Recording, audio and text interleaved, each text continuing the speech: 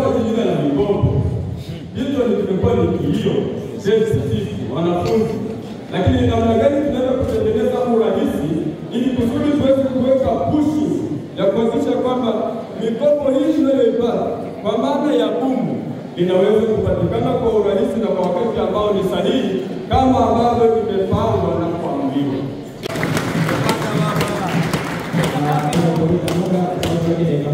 Nimependa kumkaribisha Siara Mtiania na mgombea katika kitengo cha katika skuli ya utawala ndugu Chacha.